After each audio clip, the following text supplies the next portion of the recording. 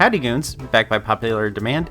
It me. I held a poll, my biggest yet, and 3/4 of you wanted me to come back as the great, powerful, charismatic, handsome, cute, adorable, perfect Nimzy. The videos won't change, just the models, names, and the writing might be a little bit more evil than usual. I don't have a VTubing model that's custom like the mold that I drew, so if you see my other videos, please tell me which one you prefer. This one on screen, the floating heads, or the 3D model by Thingy. If you're new, welcome to another part of my series where I review the 100 games that I beat this year. This challenge started as a New Year's resolution, and I wasn't entirely sure if I would make it, which is why I haven't made any videos on it yet. But now that I'm nearly done, these reviews serve as a victory lap for me. So sit back and enjoy the return of the king, queen, supreme ruler, me, Nimzy.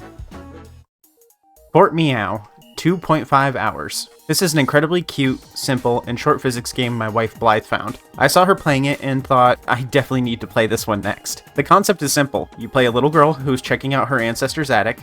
Sorry, you call them grandparents. We eat our old where I'm from. Kidding. Maybe. There she finds a journal just before getting pounced by cats. Cats chase me normally, but apparently this isn't normal behavior towards humans. Except my cats Bo and Nix. Bo is just big and lazy though. He's fat and has diabetes. Nix, I think, is just waiting for me to have a moment of weakness so she can strike. But cats are attacking Nia, and that's not normal. So we need to protect our protag from an onslaught of pouncing cats while she reads the journal to investigate what's going on with the cats, where her delectable ancestors went, and solve the mystery of the hostile felines for good. Gameplay consists primarily by organizing furnishings to build Nia an impenetrable fortress. We can stack them, build a box around her, and in general it's a very quirky, unique, and fun physics twist on a tower defense game. The difficulty unfortunately spikes out of nowhere greatly at the end. Aside from the end, the rest of the game can be solved once you find one fort style that works for you, and usually that's just the box. I think if you have some brats of your own, this is a perfect game for them.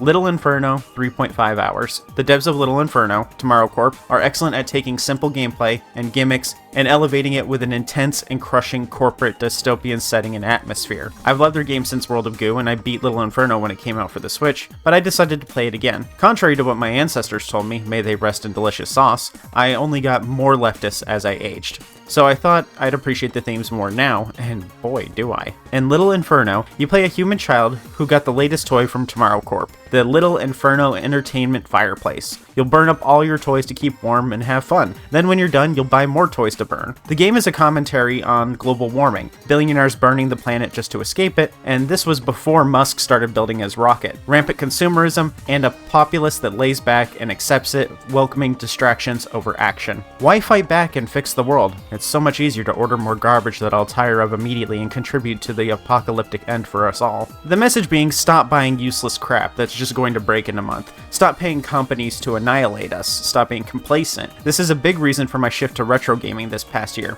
Little Inferno kind of had a big impact on me here, and being 34 Earth years old, I was around before the internet took over. So I remember what it was like when things worked longer than a year, and what it was like not having my mood regulated by applications. I've definitely cut back on buying things now, and definitely not because no one will hire a 2-foot tall rat and I'm poor. When I buy things for review, I stick to stuff that I think I'll actually use. Corporations are the main source of pollution, so me cutting back on plastics isn't going to do crap, but if we all demand better and refuse to buy their garbage, then they'll have to make it better or have their company die. I have enough retro games to last me until I die and reincarnate again. Considering Xbox is going the way of Sega now, I'm thinking they don't have the same longevity that I do. Few do.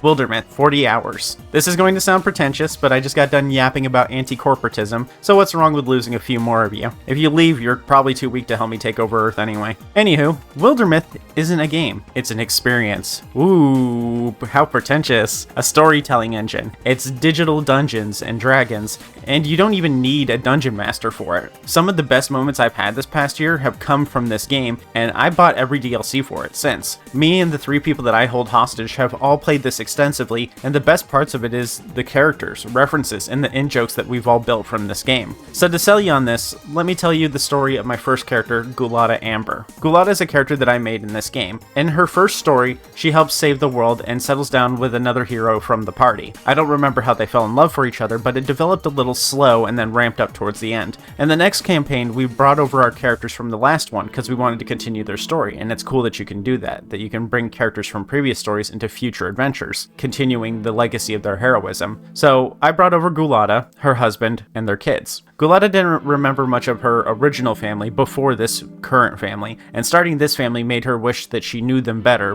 wish she knew more about her past. This search for her old family led her down a path of self-destruction. She discovered an ancient ritual dagger. It was her birthright, a relic of her forgotten family. I didn't trust the evil design, because I know evil when I see it, but it seemed important, and I wanted to yes and her. I didn't want to say no and shut down something that could be interesting. She carried this dagger with her everywhere, and she used it to save her people and her own family. But as time went on, the dagger corrupted her. It turned her flesh to bone, just her dagger arm at first. But this power let her protect everything she cared about, and she continued to use it despite the warnings from her family and friends. The corruption spread, and it was clear what was going on. Gulata was becoming a lich, and this dagger was working as her phylactery. The campaign ended, and the wrap-up jumped us forward about a decade. Gulata became completely corrupted by the dagger, her entire body lacking flesh. She's rejected by her family, because she couldn't leave her past behind her. No one wants to be related to a lich. The final act of this campaign involved mechanical beasts, and we found the source. Despite them no longer loving each other, Gulata was still allowed to tag along. The source could only be stopped by a sacrifice in the end. Gulata stepped forward first and offered her life to save the world. It's what she had been doing from the beginning of our adventures, long before she picked up that dagger. A dozen hours spent weaving this tale, adventure, finding love, self-discovery, her self-constructed downfall, her undeath,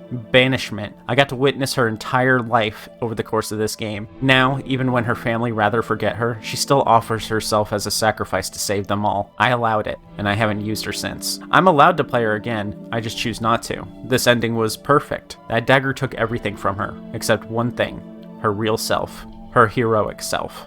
My only role in this story was whether I agreed to certain actions and playing the combat. The game presented me with options, and I chose whether I took them or not. Maybe Gulata is a victim of fate. Either way, that story couldn't have been better even if I wrote it myself. This is what Wildermyth is. It's a story generator that's multiplayer. The combat isn't crazy. It's simple tactical combat, and mutations can really change up the gameplay, but the combat serves to add stakes and give our choices outside of combat some benefits. The combat is good, but I really play it for the story. I have a lot more stories like this, like how one of my hostages named his character Norm Allman, and 5 minutes into the game he catches lycanthropy and is now a wolfman.